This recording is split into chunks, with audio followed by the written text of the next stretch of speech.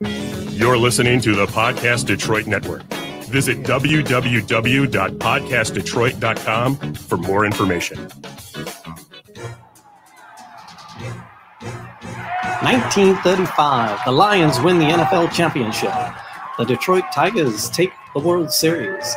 The Red Wings bring home Lord Stanley's Cup. Joe Louis begins his rise to world domination. This transforms the Motor City into Detroit, City of Champions. All right, Detroit City of Champions, the podcast. I'm Jamie Flanagan. Charles Avison. That cat over there wrote a trilogy of books about the 1935 year in Detroit. Major championships. Just everybody winning everything. It's got it all. It was 33 championships in one season. So we've been talking about the Tigers. We were talking about the Lions, and last week really talking about Potsy and how he really just made the Lions what they were. Yeah, this was a Potsy is probably the forgotten, one of the great, most important luminaries in the history of Detroit sports, and he is virtually unknown to this day.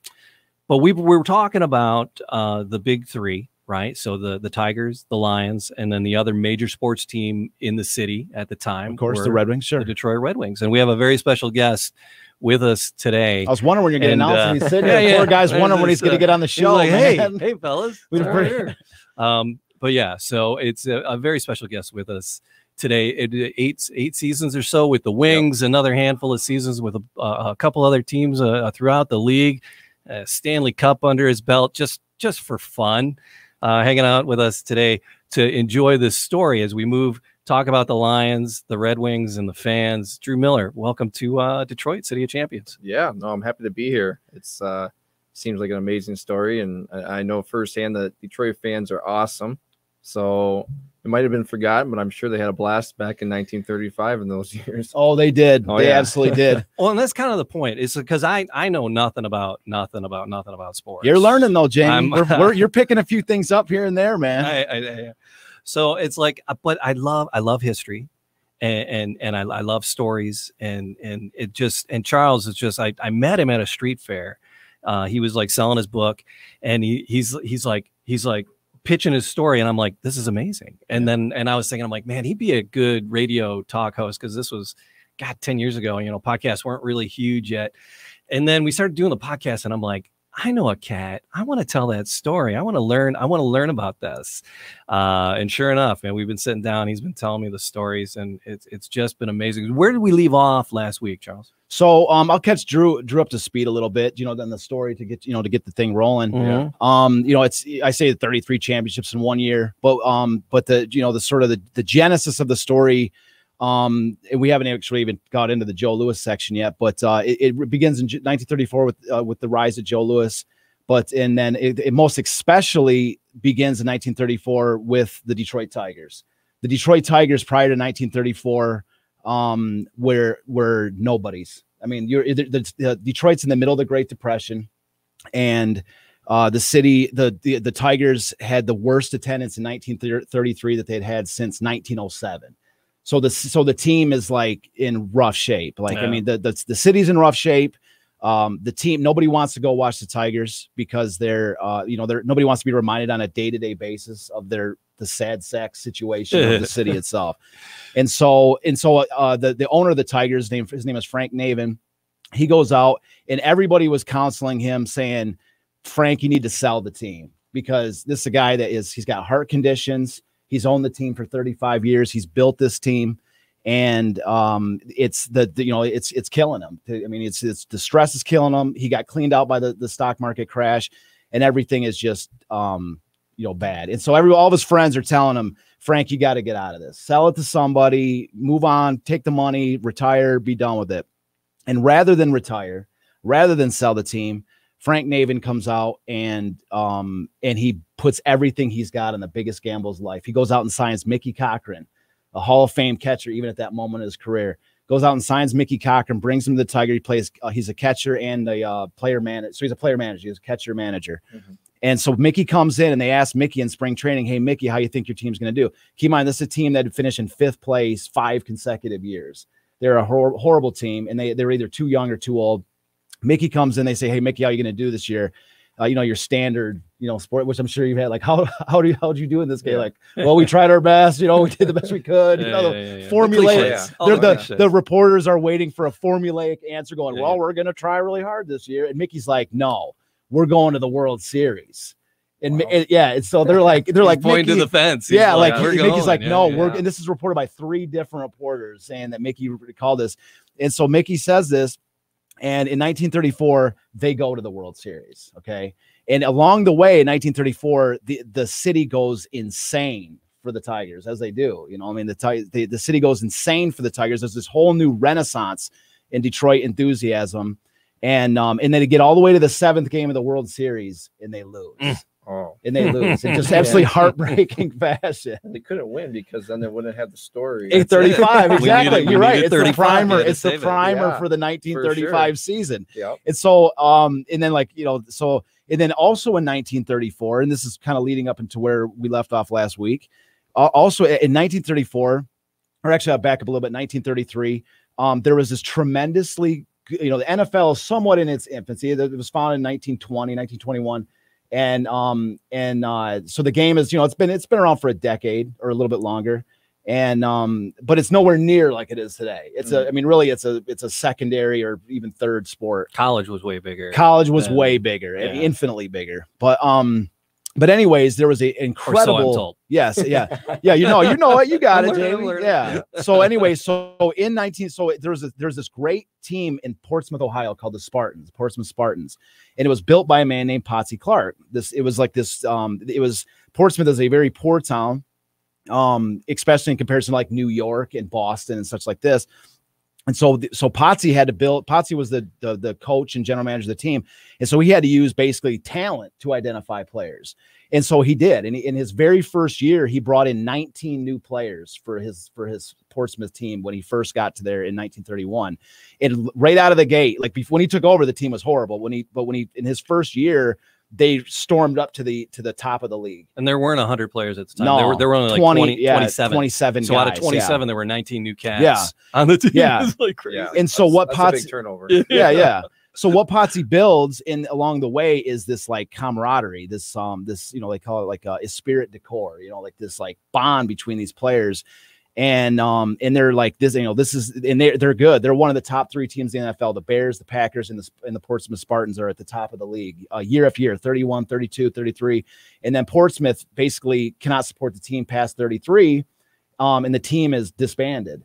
But at the exact same moment that they were being disbanded, the Tigers are coming out of nowhere to storm their way to the World Series, and they're capturing the fascination of the Detroit faithful. And so the WJR radio owner named George Richards comes up. I don't know if it was his idea, but he was the lead driver of the project, which was to transplant the Portsmouth Spartans to Detroit and rename them something along the jungle theme of the Tigers. I don't know, like the Lions, for instance. That'll work, right? Yeah. So to associate this team with the Detroit Tigers, and to try to draw the enthusiasm. And their number 1 star, his name was Dutch Clark. They build him as the Ty Cobb of football. So as to say, like, there's a new Ty Cobb in Detroit, but he doesn't play for the Tigers. He plays for the Lions. So you got to come over here and watch the Lions. You see? And so anyways, in 1934, the Lions come out of the gate. They win 10 straight games. They're unscored upon for the first 7 games of the season. They have this incredible season, 1934. And then they fail at the end of the year, just like the Tigers did. So they did emulate them to a certain degree. They lose against the Packers. They lose twice against the Bears, who they had not beaten since 1931. And so there's this rivalry building up with them. So to zip through it a little bit, in 1935, Potsy Clark, the leader of the Lions, the GM and manager of the Lions, knows that he has to do something different in 35. Even though they had a great year in 34, he reshuffles the entire deck, and he brings in 8 new guys, cuts a bunch of his main players, and brings in 8 new guys for 1935. And initially, the team does not gel. At the very end of the season, they go through one of the most incredible streaks. They're in last place. They have 4 games remaining. A loss in any of the games will eliminate them from any hope of a championship contention. And at that moment, the Tigers win the World Series. So this is October 7th, and the team is the Lions are, heading into the end of the season, in just rough shape. So anyways, they have to face the Packers, who had beat them the previous week 31-6. They have to face the Bears twice, who they had not beaten since 1931, and they have to beat the Brooklyn Dodgers, who had beaten them earlier in the season. And long and short of it, spoiler alert, they do it. They get through. They do it, and they get to the end. And this is why we bring in Drew here. Because of that on that day, it's this moment. Yeah, this is the moment. That's why we took a little extra time to build the story up. Because on December 15th, this is what we did. I'm glad we didn't get to last week. Yeah. Because at the very end, if anybody was watching the show, if you watched the last episode, I'm going, should I bring it up? Should I not bring it up? Should we talk about it next week? I don't know. But no, we'll just leave it for next week. And I'm glad we did, because Drew's here. Yeah. Because so December 15th, 1935, the Lions win their first NFL championship, in their second season. On that day, the Red Wings move into first place for the first time, all season, for the first time in a year and a half. Mm-hmm. You see, the Red Wings had changed their name 3 times in 5 years. Hockey had not been popular up to this point. In fact, there was more people from Canada coming to Detroit, from Windsor and that, rooting for the Maple Leafs, rooting for the Canadian teams, than there was actually Red Wings fans, like home Red Wings fans. Yeah. Hockey was this kind of weird Canadian sport. And suddenly the Red Wings are playing for something more than just some obscure Canadian trophy, the cup, whatever that is.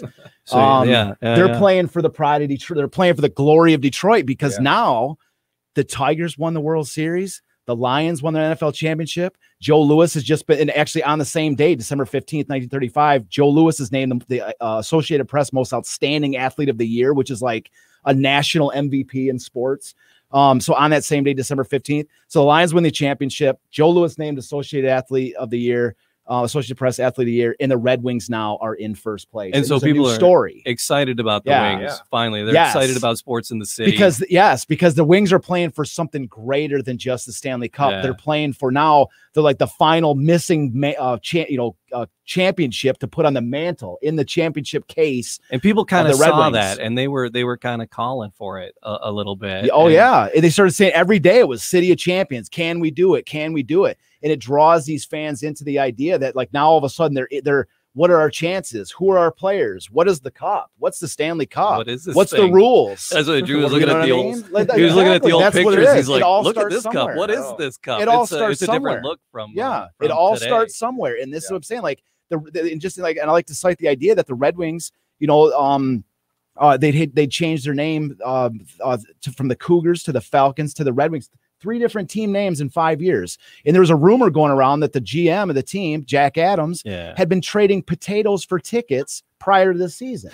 So he's being heckled by fans and stuff, saying, hey, Jack, did you get some, some Idaho spuds? Maybe you'll get front row seats for those. You know what I mean? Like, they're joking about it. It's a joke, because they're, like I say, they're saying, the Red Wings are not this was not Hockey Town in 1935. Yeah. And that's what I'm saying. In December mid-December, it kind of turned to that. That's when it became, that's what I'm saying. This is the moment that Detroit started to fall in love with hockey. And underneath that spotlight, I don't want to, spoiler alert, the Red Wings are on this newspaper right here, They won they win. But they capped, it was a dogfight. It was them and the Chicago Blackhawks all year long. And there's all kinds of underlying stories that tie into it. That is a whole nother thing. I don't want to go. We'll go into it, more of it.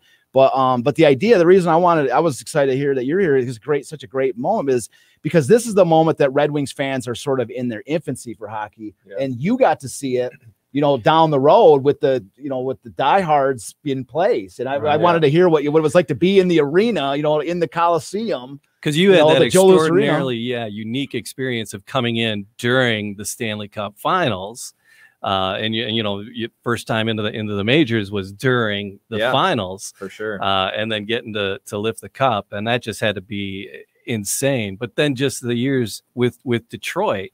That's what I'm curious about. I want to know how the Detroit. I want to know. I got questions about Detroit fans versus other cities, and then your favorites. Because you settled in. I mean, because you're a Michigan boy. Born in Jersey, but raised here. You're a Michigan boy. Yeah, I watched the Wings, and growing up, I was a Wings fan. I liked some other teams because I appreciated certain players, But watching the Wings, so I watched their glory days of winning all the cups, and then I get a chance to play against the Red Wings and be in the building and feel the energy of the fans and just how much they love their team and playoff hockey. And playoff hockey in Detroit, it's like two different things.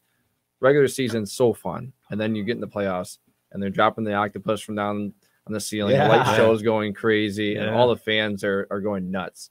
And you're sitting in the locker room, and you can just feel it. You can feel the energy coming. You can tell like everyone's like they're probably dropping the octopus right now, because you can just feel the rink gets louder and louder and louder. You can feel that reverberating. So as a visiting team, you feel that, and you're like, holy crap! Like we're in Detroit. Like you know it. But then as a home team player playing for the Wings, you love it. You can't wait to get out there. And playoff hockey it's a totally different. Everyone says it's the second season, but it's a totally different feeling. And to get to feel that in Detroit and to be a part of it, and just, I mean, you sit on the bench and there's times that you can't even talk to the guy sitting next to you on the bench, and you're like trying to talk about a play, and the crowd is so loud that they're screaming and cheering so loud that you're like, we just gotta wait until they're done. Yeah, they're yelling too loud. So Dang. I mean, Hockey Town it's for real. I haven't felt that in many other rinks. So which of the seasons while you were here in the city felt the most intense as far as fan wise? Was there one season that was a bit more than another? I think, I mean, we had some years where I felt like we had a legit chance to win the cup. Yeah. I think when Lidstrom, a couple of his last years, and we had Datsuk, Zetterberg, we had, I mean, the years, like my first couple of years in the Wings, we had Osgood, Draper, Maltby, Holmstrom, Lidstrom. I mean, you can go down the list of these guys that are amazing Red Wings, big time players in a lot of their cup runs. And I'm on a team with these guys. I'm like, we're for sure winning. Yeah, that's and interesting, because especially growing up watching them, and now you're there, like, you see them on baseball cards or hockey cards, you know, and then you're like, now you're actually on the rink with them, and you got a card of your own, you know. Yeah. So it was walking in the locker room in Detroit the first time and shaking hands with those guys, and now I'm their teammate. It was such a surreal moment to be like, okay, I'm from here. Now I'm going to play for one of the most storied teams, the Red Wings, and put the wing wheel on, put that jersey on. It was a great moment in my career and just in life in general. I think just to go in there and be a part of that team, and then stick with the team for 8 seasons was, I mean, you couldn't really, when I looked at my career, I always wanted to play pro hockey and play as long as I could. I never thought I would be on the Red Wings. I was like, put me on any team. I don't care. I just want to make it. Yeah. And to be in the team that original 6, the Red Wings, and with their history, and then being from here, man, what a ride it was. That's awesome. It was awesome. Yeah. So because you said a lot of fans were coming in for the Canadian teams, and we got people that do that today, like our friend Jason. Yeah, but now they're Red Wings fans. Yeah, like fans in Windsor, from my understanding. My fans in Windsor, Windsor fans are diehard Red Wings. It's a little bit, but when we play Toronto, like the Maple Leafs cannot, like, you can barely buy a ticket there, and if you can, it's so expensive. So a lot of when we play the Maple Leafs, a lot of those fans come down here and they'll buy the tickets just to get in the building. Oh, you mean you can't even get them in Toronto, so they actually come here? It's so corporate. There's so many tickets that are paid, and the prices are so high that they'd rather come to Detroit. Oh my God, pay a little bit less, and then watch the game here. So it's the chanting is like, "Let's go Red Wings," and then right after that's "Go Leafs, go!" Really? Oh my God, go Leafs, go! It's like so loud, and so they battle it out for the. I got you. That's so awesome. Those moments are pretty fun, and Montreal gets a big crowd here. A lot of the fans come down across the border for that too. Well, in reading about the 30, like in the 34, 35, like Montreal, that was really a town that stood out for Toronto too, of course. Yeah. But Montreal, man, they had this called like the Millionaires section. They called it the Millionaires section, and it was like just this crazy corner of the old, I think it's called the Montreal Forum, and it was like just a madhouse, like you don't even want to even skate near it. Like even if you were on the Montreal team, like if you made a mistake, you didn't even want to go near it. Like they throw stuff at you, like glass bottles or something. Not just but not just them. I mean, in Detroit and Chicago and all this, it's not. I got articles all through this book talking about how glass bottles are thrown at players on the ice. Like fans are grabbing players as they skate down the ice and yanking them off their skate. I mean, it's back then they used to have the chain link fence. They didn't have glass. Yeah, they had fence. Exactly. So And I think they had that. Man, that was like into like maybe in the 60s. I don't even know. Like they had it for a while. Yeah, so. I mean, it's the vintage stuff is crazy. Like people talk about stuff. That's what I loved about some of this. Especially like when I was doing these art shows and you're talking with like your kind of rank and files and fan, and they're like, oh, that was like another. They were a bunch of small guys. They always kind of poo the time, like, oh, that was back in the 30s or whatever. But you don't understand. Like there's without any rules, man. It's almost like I mean, it's just like a gladiator battle with sticks and a puck. I mean, some of the stuff got crazy.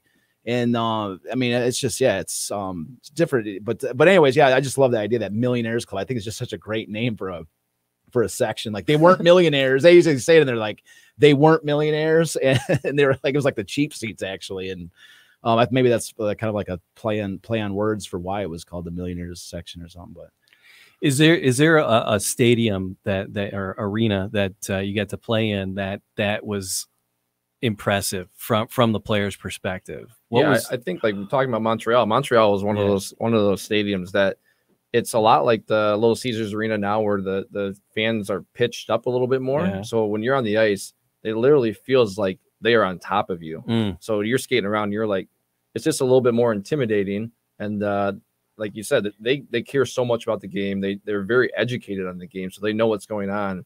And so that was always a fun. The history, I think just original 6 teams have so much history, and there's so much that goes into even if it's a newer building, there's so much there. And I think in Chicago, the national anthem there is the guy that sings the national anthem there. I don't know if you guys ever seen it or heard of it. This guy, he's almost like an singer. He's like 6'8" tall, like so tall, and he just belts this out, and the whole crowd just like claps and screams and yells during it. So like literally your blood is like boiling. You're like shaking on the bench, like you're so like jacked up for it. So I loved being in Chicago. That's awesome. For that. There are some time-tested rivalries with Detroit, and I remember the Avalanche was a big a big one. Man, and then you get the original 6, and just going back and forth. Some years it's Chicago that we really had the go-to with. Some years is Boston.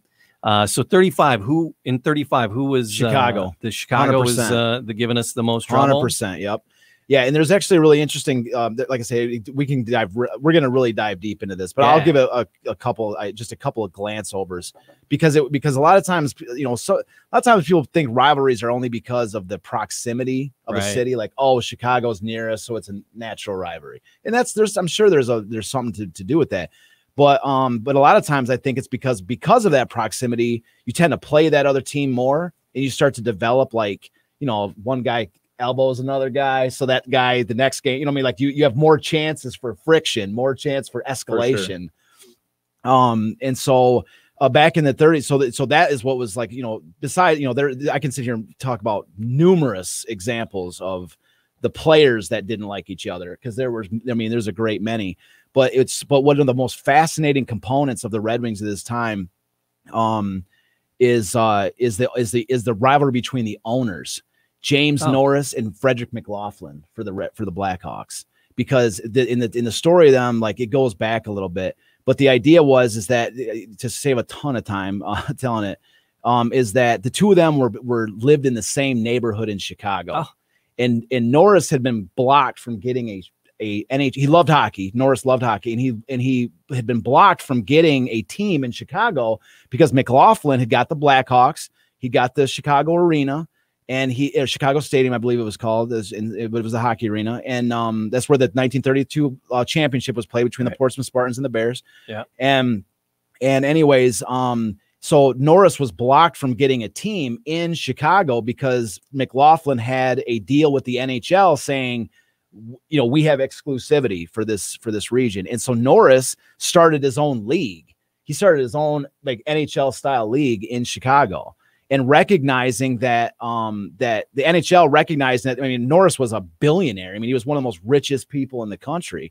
And so they were like recognizing the need not wanting to pick a fight with a billionaire, right? With a grudge, right? Yeah. So they're like, well, why don't you wage and they hated each other. McLaughlin and Norris hated each other.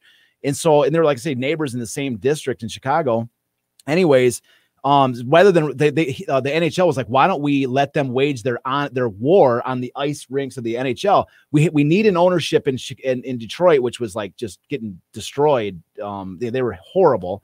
And so in 1932, Norris becomes the owner, basically buys the Red Wings and the Olympic Stadium, buys the whole thing.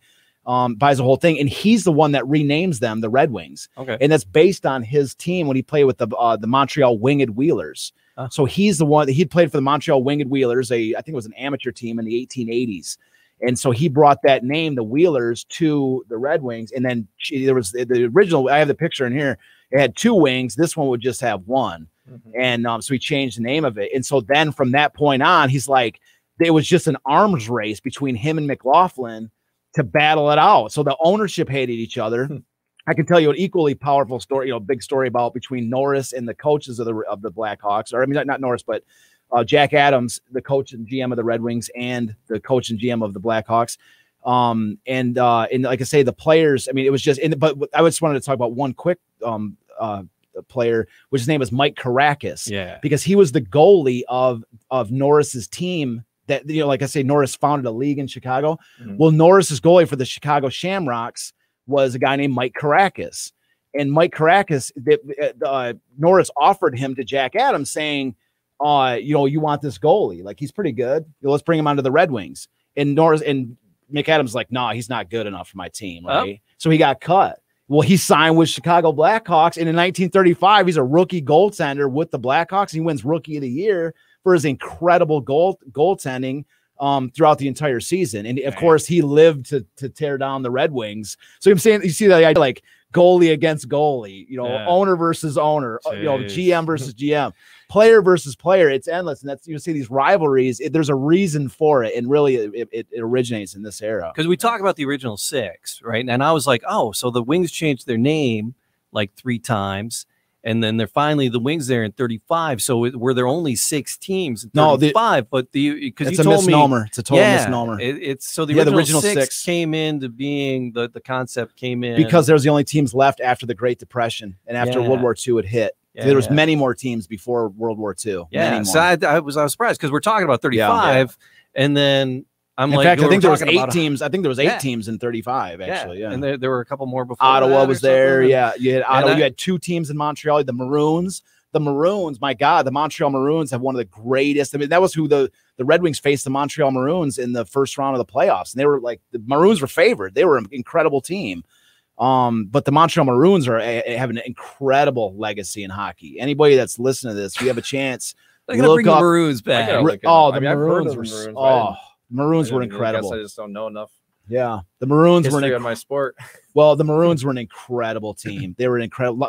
Look up Lionel Conacher. Yeah, like the Conacher brothers, man, But Lionel, oh my God, Lionel Conacher was one of the greatest athletes Canada ever produced, and he was their defenseman on the freaking Maroons. He was one of the best players. Like, I mean, Hooley Smith. I mean, man, the Maroons, I don't even know how many Hall of Famers are on that team, but it's a lot. I don't know if you caught in that story, though, but because the first football championship, NFL championship, took place in a hockey arena because it was in Chicago and there was a blizzard and they couldn't play outside because no one would have shown up. And so they played it a football game in a hockey arena, with all kinds of customized rules for the stadium. So it's like if they got so far, then they went back and it was set up because it wasn't just like the NFL. I heard that. I was like, what? Yeah. So the first we did glance over it, but I was trying to condense the story. Go back 2 episodes. We go into it deep. We got pinned it, Jamie. You pinned it. You go that 32 game. Hold on, let's go back. But that was I thought that was interesting that they played in a hockey arena. The first NHL, and it wasn't because the NFL tried to set up a championship game. It was because the Spartans and the Bears had tied at the end of the season, and they just needed to have a tiebreaker game. And they're like, well, this is a chance to do like a World Series. You know what I mean? So they're like, the first championship game is going to Decide it. And then after that game, the NFL divided into 2 halves, and then they had 2 divisions ever since, having a Super Bowl style game. The circus was in town the week before, and they left all the dirt from the circus. That's why it made it even more appropriate. Everything else. All the elephant dung and everything. It was like, it was a beautiful, beautiful game. Yeah. But you were a Spartan. I was. You got to play. That's like a family tradition. Yeah, right? I So was how the deep 10th. does that family tradition go? I was the 10th member of my family to play hockey at Michigan State. 10th So member 10. of the family. Yeah, so No my grandpa, pressure. my So- grandpa started in the mid 50s. Okay. Got a great uncle, my dad, 5 cousins, my brother, and me. Yeah, Yeah. so quite the tradition. And So were you destined? I mean, with that much hockey behind you, was it? I mean, you had the coaches there at home. Were you kind of destined for it? I think like if I look back in my childhood, I spent a lot of time in ice rink. Yeah. And my uncle, my great uncle, he owned an ice rink in Lansing called LIA. Okay. Or maybe it was LIG, and they switched to LIA, one of the two. But he, so all the guys would come that played hockey at Michigan State and played pro hockey, they would come back to town and train in the summer. So I would go watch them. So my cousins were training, all the guys playing pro hockey. So I go fill up the water bottles, chase after pucks, and then they'd play. And then at the end, I go get my gear on and go out and skate with them. So yeah, I thought it was cool. And my brother did the same thing. And so he's 4 years older than me. And what he'd kind go of out training? That's just amazing training. Just the mentorship and the so I saw what it took to be successful at that level. Working. And I might not have known it at that time, but I was watching it and absorbing it. And that became just a regular thing. I was like, hey, this is what they do. This is how hard they work. And then I think just seeing that, and that's just kind of, I just adopted that and just kept going with hockey. So it's, I kind of was just brought up in that lifestyle. So it wasn't necessarily, was it some in the genes, or was it something like just seeing that, like, brother after brother, what you guys, kind of like the work each put in, like next level, like next person in line, like the extra work put into it to I'd have to say there's gonna be something in the genes, because my grandma told me before she passed, and she said, you know what, when I watch you play hockey, I swear to God, it's your dad out there. So, and I'm like, what do you mean? And she's like, you guys skate the exact same, like identical, our stride and how we look out there and just our mannerisms. And other people have said that, like some of my dad's buddies, when I skate with them, they're like, you guys are like twins out there. So there's got to be something just in the genes. But the I work think it's too, just being like, you're in it 100% hockey all the time, eat, sleep, play. Sure. And I think that definitely plus helps. so the environment too, being in that, I get you. And moms and grandmas know. Because they watch. Oh yeah. Because Colleen, my stepson Colin, I was a hockey dad. I wasn't a hockey player, but I'm a hockey dad, and he played from little all the way through the end of high school. And spring, they didn't have numbers or anything, just playing jerseys for spring hockey. And we're like, where's Colin? She's like, he's right there. And they're like, how do you know? She's like, I know. It's my boy. I know what he looks like. So Grandma's saying she knows. Oh yeah. Grandma knows. They know for sure. So. Grandma knows. Yeah, so the Spartans, because I asked Charles, we were talking about, and it's like, the Spartans. I wonder if Michigan State had drawn that. But Spartans, that's a good sports name. Well, Spartans are just like a legendary warrior. Yeah. So, it's only natural that somebody would use them. My supposition is that they took it from Portsmouth Spartans and they brought it to State. That's my. They're just not bison facts. My supposition is that it had nothing to do with each other. That was my supposition. It had nothing to do with each other. In fact, they didn't bring the Spartans to Detroit because of the Michigan State. Maybe. That they didn't want to. That would probably be even smart. Even more logical. That's my supposition. Yeah. I'm just throwing it out there. Yeah. That's me. But it could have been. But you could be right, and I could be right, Jamie, because you know what I'm saying. Like they could have been named. Yeah. We could all without, if anybody out there is listening that has that knows. We'll learn a new lesson, But Charles was excited about the fans and just the whole the fan experience. It's one of my favorite components of the whole story, and it's one of those things. Whenever a lot of times when we talk about history, you talk about different stories. A lot of times you focus. It's like people focus on the stats, the winning, all these different things, and a lot of times the fans. It's kind of like they show a picture of the fans. They show this and that, but the fans are the one, there's the Coliseum, there's the Gladiator, and then there's the fans. Like the fans kind of drive the energy. And I've always liked to, along the way, I've tried to sort of do a chronicle of the fans in these books. I mean, from the I have an entire section in here called The Rise of the Detroit Sports Fan. Yeah. Talking about the history of these fans. Yeah. Because Shooter. Can I call you Shooter? No. What? Jason Tuck. Yeah. Jeez. Oh, But- man, Shooter. He said to call you Shooter, but Yeah. I'm just connecting with fans. Even once you were retired, and they want you back to sign autographs, and you made dear friends with the Heartless clan. Yeah. Just Great there people. signing Great fans and connected with them. Jason told me to pick on you and call you that. But have you like, what kind of connections have you made with a fan, like, as a player while you were a player, and then now afterwards too? Yeah, I think that in Detroit, the one thing that they do well is they get the players involved, season ticket holder events or different charity events, and the fans are all there. And sometimes it's quick, or you sign it and move on because there's so many people there. But then there's some events like the Toast to Hockey Town is one that you can get there and it's pictures and autographs, whatever it is, but you can have a conversation with fans and kind of come down to that person to person level, and not just, hey, you're on the ice, I can't have any interaction with you and anything like that. So it's a little bit more broken down, and they can appreciate being, hey, I enjoy watching you, but I can at least talk to you and you are real. So I enjoyed that part of it. I enjoyed the relationship with the fans, talking to them. They have their favorite moments or favorite teams, and just to hear their interaction with the team and their history. And it goes back, I mean, it's family members, grandparents, great grandparents. I mean, it's passed down through the generations for the love for the Red Wings. I'm sure it's Totally. that's 100%. the same way for all the sports in Yeah, Detroit. that's how I became a fan. Yeah. My parents, like my dad, my aunt, my aunt Judy, if she's listening, she's the one that bought me Detroit Tiger baseball card sets of just the Tigers. Yeah. And then she bought me a set of the Blue Jays, and she said, "Hate these guys." It's like, these are you're a fan of the Tigers. You're a fan of the Tigers. I was basically indoctrinated. So it is passed on there's no doubt. The question I have is, I want to know, do you have any just memories in general, like something like weird, like either it's like a great memory with a fan, or like maybe like a horrible memory of the fan, like any fans like throw something at you or something after a game or anything, like anything that that you just sticks out. I mean, I don't think I have anything that really sticks out like crazy. I think it's just like fan stalker, like something like this. Like, yeah, I demand to get a picture with you. If you don't, nothing like that. I think it's taken. just sometimes when you're with the fans, they say like they freeze up or whatever, and they get like really nervous, and they're like, and I'm like, well, I'm not Zetterberg or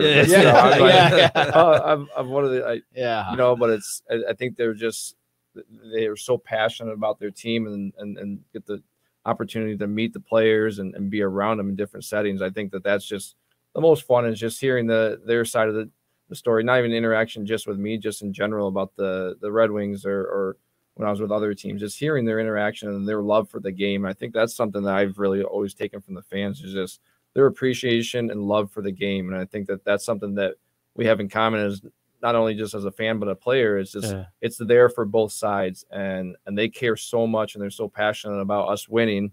And I think on the player side is we're so passionate about playing and winning, and we want to do it for our fans. So I think you bring that energy in the middle. And I think that's why Detroit sports fans are so good, is that as the season goes on and as the playoffs come, they ramp up just at the same time we're ramping up. So, I mean, that energy level is just going up, and then that playoff hockey is so intense and so fun.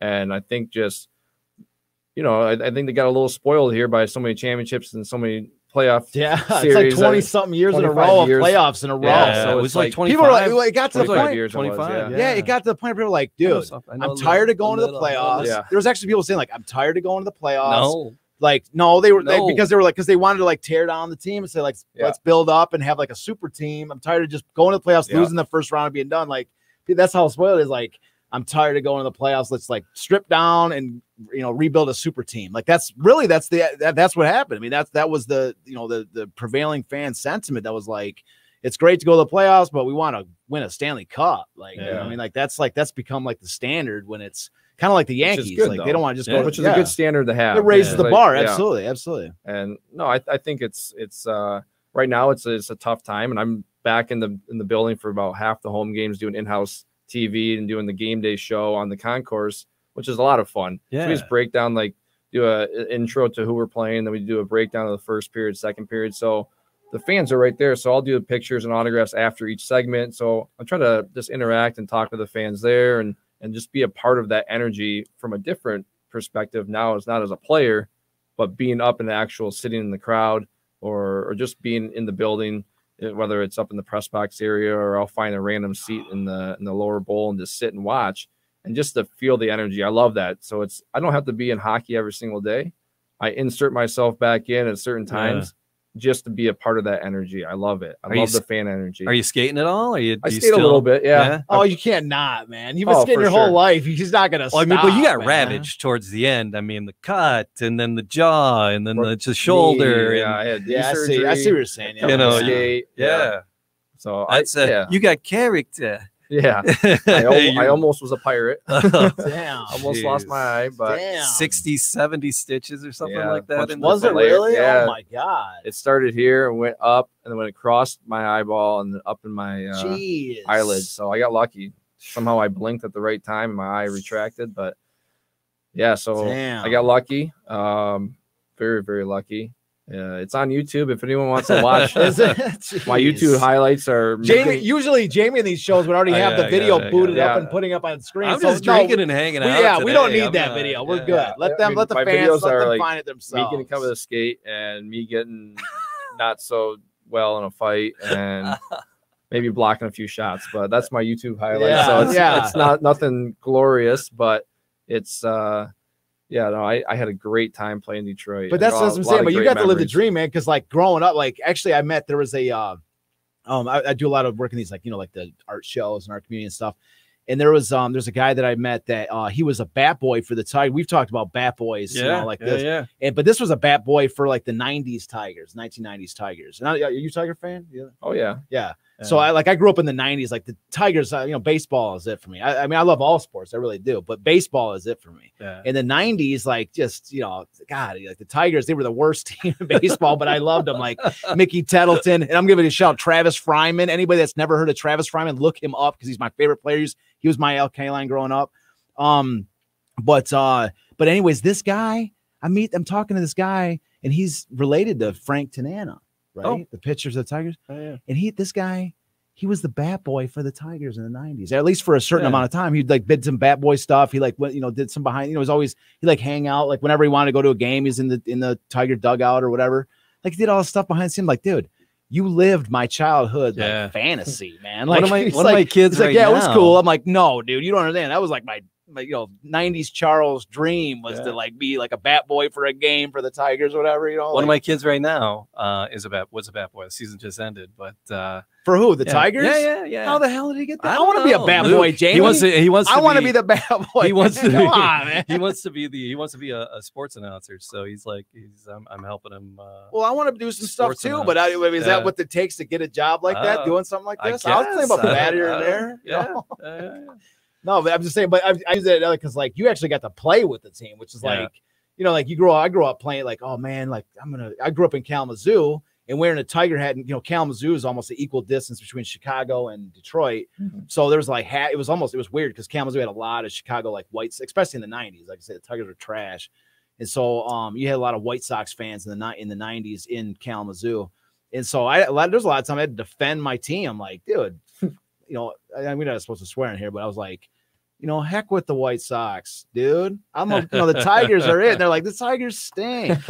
And so I'd have to defend the team. But I'm like, even at the time, like I say, it was like, if I had a chance to even play with the Tigers, that would have been awesome. So it's like I can see like how I can see from the perspective, like you look for any job with the NHL, but the fact you land with the Red Wings is extra cool. It's a little bit of luck and you got to. And fate, a little fate meant in there. I mean, sure. it was some stuff meant to be in there. Yeah, a little bit, but you got to get lucky at sometimes. And I hit my time period pretty well. I think my role was needed then, and I was really good at it. And I found that niche and tried to be the best I could and stay there for it. So 8 years, man. Yeah, that's a good run. Yeah, dude. Heck yeah. I think most people would.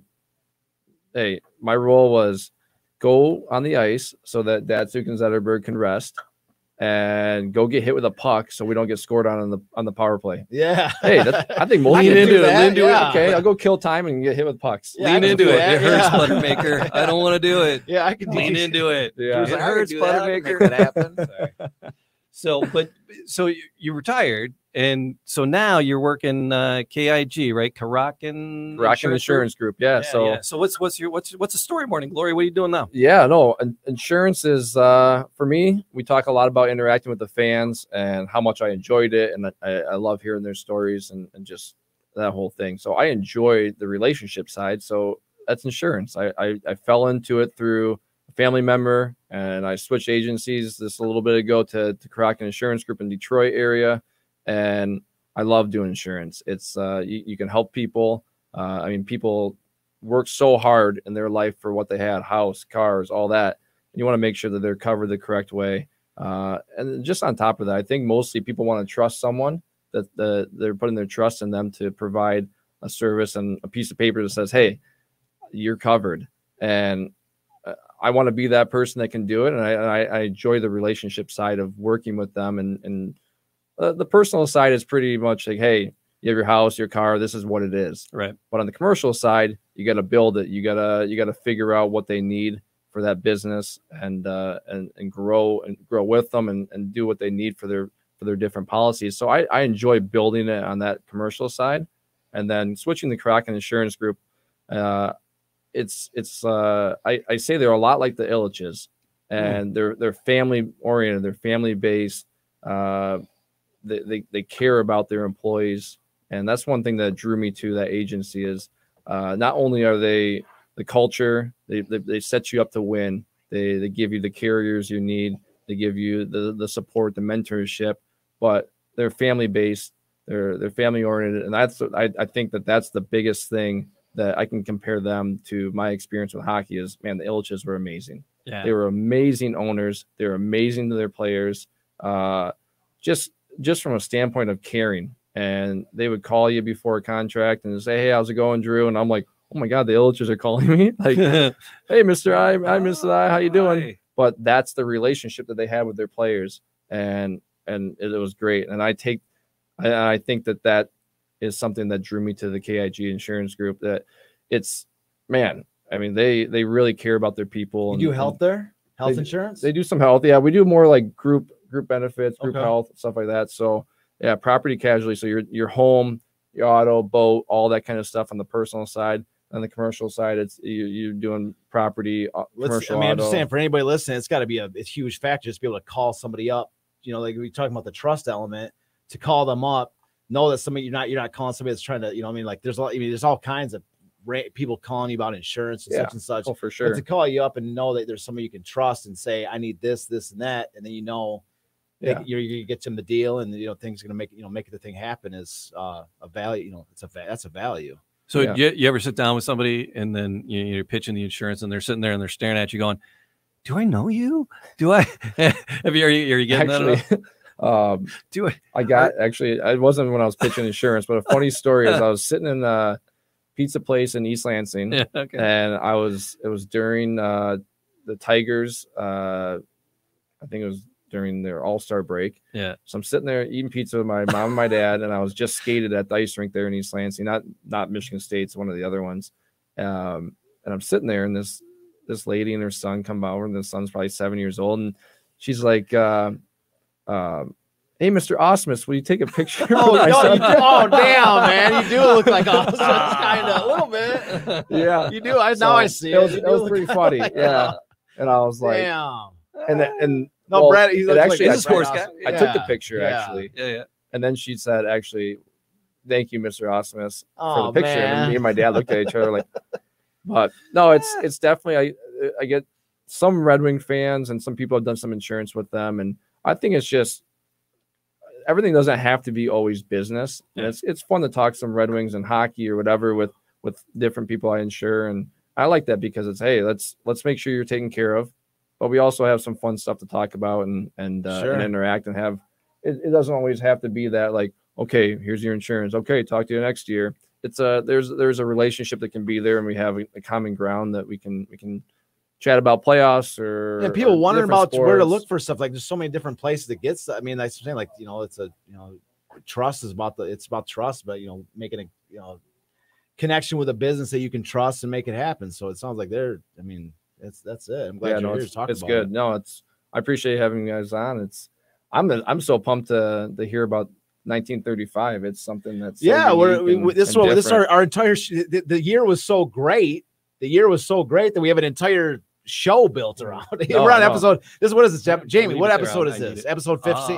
About 15. Yeah. No, we have 15 episodes and we're barely scratched the surface yet. Do you know? So like that's what I'm saying. Like we have an entire show about it because the season's so great. Oh my god, yeah. Well, if you want to come hang, because we're saving like the winning games for the end. Yeah, that's what I'm saying. Like that's why the dilemma last week was because we want to save all the championship games for like one episode. Yeah, we're gonna rattle through them all and we're gonna build them all up because it all happened within it all happened within a 7 month. Well, it all happened within a 7 month stretch of time. Yeah. So like we talk about the Tigers. The Tigers season like 6 episodes ago.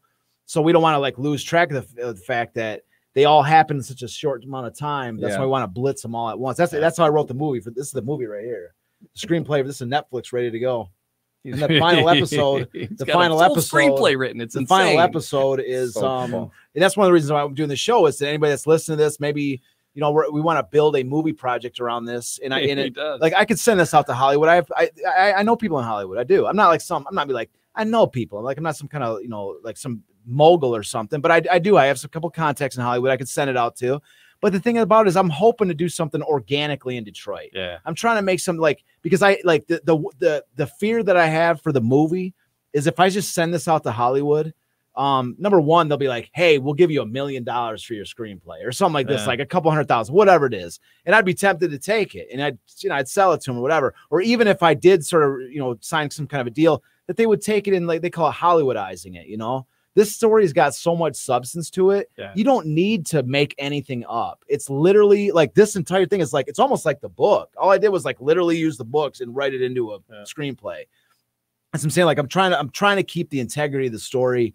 And that's I'm hoping that like this show, that's really Jamie. I don't even talk about my, one of my objectives for this entire show is hopefully to, that people are listening that are in a position that want to help put something together for, the Netflix, and then we gotta ensure that business we put together. Yeah, we absolutely. I know where I'm going for it. Right, already. I'll say it right here. I'm just isn't it contractual obliged? We'll make a deal right now. We'll sign the contract now for insurance for the movie. There we go. Yeah. All right. So another one of the podcasts that records out of here, Podcast Detroit, Northville, shameless plug. You got your own plug. We're all plugging our own projects on here. Jamie, plug your stuff. But another one of the podcasts that records out of here is Behind the Bar with Zim's Vodka. Yep. And then Terry Olson and Bruce Carroll. They both play juniors. Do you know those cats at all? I do. Yeah. Right on. I think, I skate. T.O. So yeah. They still skate. Oh, yeah. Zim's Vodka needs to plug their league. They need to plug their gray hair league. 36, and you are like got that Steve Martin thing going. It's just great. Zim's Vodka needs to think about plugging their product on the show so we can all sample it. And that's it. They dropped off 2 bottles. Well, I mean, keep us stocked. Well, that's great. But did we say anything about Zim's Vodka? They need to be on the show. Terry was in the chat room and he said, ask him what he thinks. Tory something with a K. Tory Krug. Who should he sign with? Well, I would love him to come to Detroit. Yeah. It's going to be hard for them to get him away from Boston, but he's a Sparty. Yeah. Oh, okay. He's a Sparty. He played after me. He's a really good player. He's one of the sports ball. Yeah. Okay. So he, there's a lot of rumors going around where he's going to end up. Montreal. I heard a couple other places, but it'd be great. I mean, he's from Detroit. Played at Michigan State. It'd be awesome. Eiserman's here to sign him, man. Yeah, awesome. All you got to do is just talk to Eiserman. I got such high hopes, man. Just talk to him. Give him a couple minutes. There's some magic that can happen here in this city. I talked about like freezing up, and sometimes when I see Stevie around the rink and I talk to him, I'm like, hey, how's it going? Like, I mean, I grew up. That was one of the guys I loved watching, and every time I still get to see him now, it's kind of like awesome, man. He's a really nice guy. I'm hoping that next year and every year we make that a little bit of progress and get back to the glory days because I got trust. I want I want playoff hockey in Yeah. Detroit. I want to watch it. I want to feel the energy and be a part of it. The octopus on the ice and all. Yeah. That's Yeah. amazing. That's like I'll the bring greatest some in. tradition that there is. There's Yeah. what other hockey playoff tradition is better? I'm not asking you. You don't if there was one, you know, Jamie. But there is. But I'm just taking my word for it. Yes, I'll take your word for take it. Drew's word for Yeah. it. Yes. There is no better playoff tradition than throwing an octopus on the ice. No, And no, then Al, the Zamboni driver, grabs it. And Yeah, and then swings it around. his Yeah. hand is, I his watch hand has hockey. never I'm a hockey smelled dad. so I Okay, watch good. okay, good. Okay, good. So you're I don't in agreement play with it. that. Jamie, you're in agreement with this. There is no better. Yeah. And that's Yeah. the thing, man. It's like I don't know anything about baseball or football, you know, but I'll go to a game every season. Yeah. And we try to go to a handful of Wings games because the family, we're a hockey family. I just love the experience, and that's For why sure. I love these stories that you know Charles is sharing with me. Just to experience it, and the he's throwing some history. stuff out, and man. yeah, it's I love your that's stories. and that's why I thought it was so cool that you've been on here is talking about the past, and then I was talking about the past, and you bringing in like the current, talking Yeah. about Red Wings fans and the thing now. I thought it was kind of a cool because just actually fun. this was the week that we're transitioning. I mean, we actually might go back to Lions, but we left off last week, and I was like, I had it on the tip of my tongue. I'm like, I want to talk Well, this about December I want to date talk about of the all fact that things December coming 15th together. of all this stuff happened. I was like, leaving off last episode with like it ended like this, and I'm like, And the city's Yeah. coming alive, and the fans are just, and, Yeah. and we appreciate people like you. Put yourself on the line, your shoulder, your Yeah. knee, your face. Gladiator Thanks for in a doing. It's like Coliseum, like man, you're in the military or something. Thanks for your service. Yeah. But but it is important, man. This is it's part of our culture here. You get paid for getting your butt kicked. Yeah, out but it's there, part of our but, culture. The Red Wings are it, man. It's Like it's I as a casual fan of sports, I appreciate it. So Yeah, But, I just think for me it was such a pleasure to every time. Like I played 8 years, like we said, but every single time I grabbed that jersey off the hook in my locker and put it on for a game, I was just like, thank you every time, because to put on an NHL jersey was amazing. I put on a couple different ones, but to put on the winged wheel and put that jersey on and know the history that, like, you put it on, you look down and you're like, man, that thing is iconic. Ted Lindsay used to come in the locker room all the time. Oh, did he? Yeah, Gordy used to come in the locker room a lot. My first 3-4 years there, he was in there a lot. So you're bumping elbows with these guys and you're looking down and like, these guys made this jersey amazing. I don't want to be someone that makes this jersey not as prestigious or whatever it is. You want to carry on that you want legacy, to carry it on. So it's like you put that on and you're taking a lot on your shoulders and the team, and you want to be the best you can be for that jersey. And I think I had a blast wearing it. I loved being a Red Wing. I still put it on for the alumni team, and my line mates are Red Berenson. He's 80 years old, and Dennis Hextall, he's 77. Nice. So I'm hanging out with these guys that I didn't watch them play, obviously, but I mean, these are some big names in the history. And then Darren McCarty's on the team. Cicerelli comes around.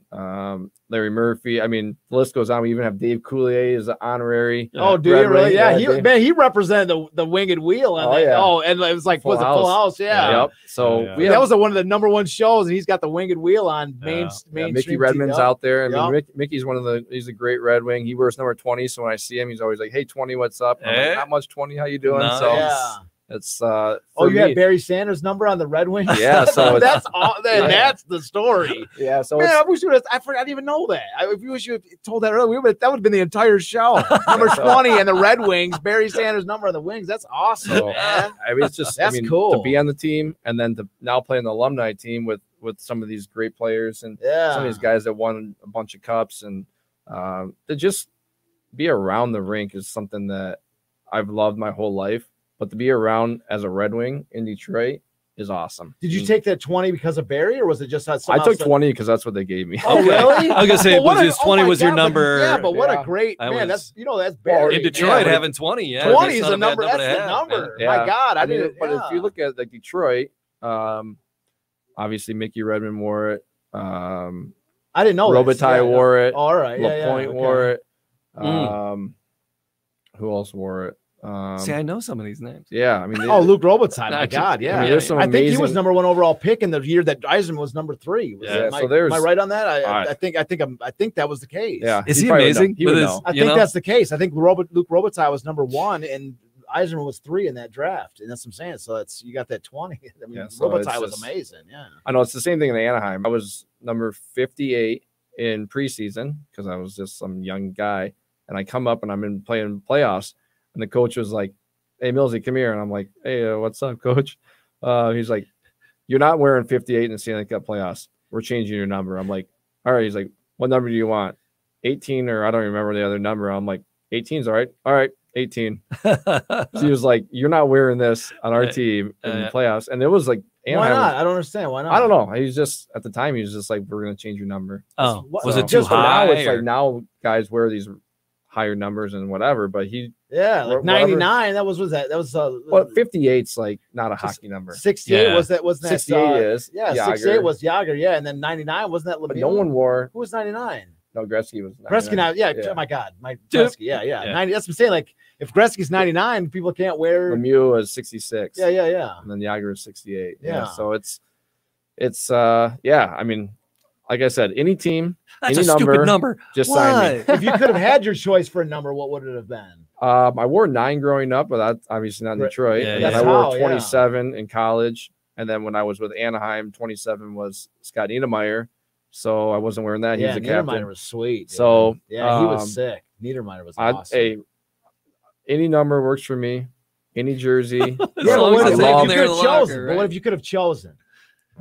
Actually, no, I I think like 20's I like awesome. 20 for 20's Detroit. I like great. 20. Oh my God. I was yeah. hoping you were going to say that Yeah. because 20 is awesome. Yeah. That's Barry. Now that you know, I've like had it, and Barry yeah, Sanders of the it's good. Red Wings type of thing. You know what I mean? Like that's Well, it.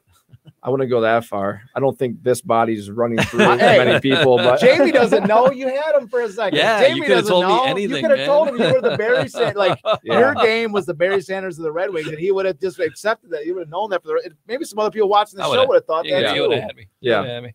a little fish hook got you. No, but I will never forget that number now, actually, because like Yeah. his 20 is like, you know, as far as Detroit Lions, that's like sacrosanct. You know, what's Oh my cool God. is I didn't know Heartless that was Jr. Red I gave Wings. him a Drew Miller 20 jersey, and he's going to wear it for encores. With, Yeah. with, He does. He usually that- throws a Wings jersey on. Yeah, for his so now he's encores. going to wear mine Nice. for his encores. Yep. So Yeah, you said he was like you was in your closet trying on like playoff jerseys. Oh, and yeah. crap. yeah, we had fun there a couple weeks ago. They were over drinking out of my mini Stanley Cup replica. They had my Stanley Cup ring on. Oh, Nice. damn, nice. Yeah, it was fun. So, KIG, right? Yep. If people want to get a hold of you about insurance, if they're like, oh hell, I need some insurance, why not talk to this guy? Yeah, check, Well, how- check this out. GetKIG.com. So Okay. GETKIG.com. And right. yeah, we'll I'm put it on down there. in the. You'll We'll find put my it, email and office number and all that. So it's cool. Yeah, Yeah. we'll put it down in the comment. Thanks for coming in. yeah, no, it was a blast. Yeah, it was fun, I, man. It's cool. I love having a Modelo, hanging out Yeah, with you guys. yeah, Little- so I had to make a pit stop in the middle of the show. You Yeah. guys, while I was gone, you guys handled it well. You guys were like keeping the show going while I was making a quick drink. Yeah, It's I like, love oh it. crap, the dude with the information is leaving. No. We're good. You guys had it good. You Oh, had yeah. it fine. You Oh, handled good. it without me. We got It's you. fine. We're good. Yeah. Yeah. All right. All right. Well, that'll do Because it. normally Jamie would have to be handling it by himself in the show. Yeah. He'd just be like, "Yeah, we're gonna try." I'm like, "Jamie, delay Yeah. while I'm going to make another drink real quick." Yeah. But you guys handle. You know, he was glad to have you good. for that. But we're gonna wrap it up because more podcasts to do. We keep you here all Sure. night, but That was awesome. Thank you. I had a blast being Yeah, on. we want to and, bring you back. You want to, anytime. you want to bring us out to your thing. Open you do on the door. Now Red you know Wings where we live. concourse. Yeah, let's you're cross. welcome. You know, you say like the, cross reference or whatever. What's the word? The Cross pollination. No, damn it, Jamie, you screwed it Yeah, up. so we have the where people like immediately networking. There you are. Yeah. Fair play. Yeah, so we're networking. There you So go. you want to come back? We want to bring you back anytime. we You wanna should have bring you us out to on. your thing? We bring people on at intermission and we do cool segments. Bring me on anytime. we should Bring bring Jay. you on. Yeah. Talk about that about book this. is amazing. Yeah, That's, we should- I talk about that's Red what I Wings like stuff. about the new arena. It's like it's a real respect for a lot of the old, and Yeah. there's a lot of the old signage and sure. just a lot of vintage stuff. I love going through that, even more so than the Joe. I think the new arena I think really pays tribute to the things that have come before. for sure. Yeah. I And love it. I may be the only one in Detroit that do. I have a story. This has nothing to do with 1935, but the story of how Mike Ilitch bought the Detroit Red Wings. And it's a story that it's never been written about. It's very few been talked about. It's fascinating. And I heard it from the inside source of how it actually happened. Uh-oh. But I I may may have have to leave to. it there. It's a teaser. That's Yeah, it. there It's you called go. a You got to teaser. come back and hear that. Do I'm you gonna know tell that you after story? the show's over. Do you know the story? I don't. Fair play. All Last right. time I tell Drew after the story's over because All I'm right. cool with him now. He's my, All right, he's my cool. friend. Yeah. All right, So cool. that's That'll the do bat, it for but us. we're We'll not be gonna tell back. the video. We'll be back next week with more Detroit City Champions.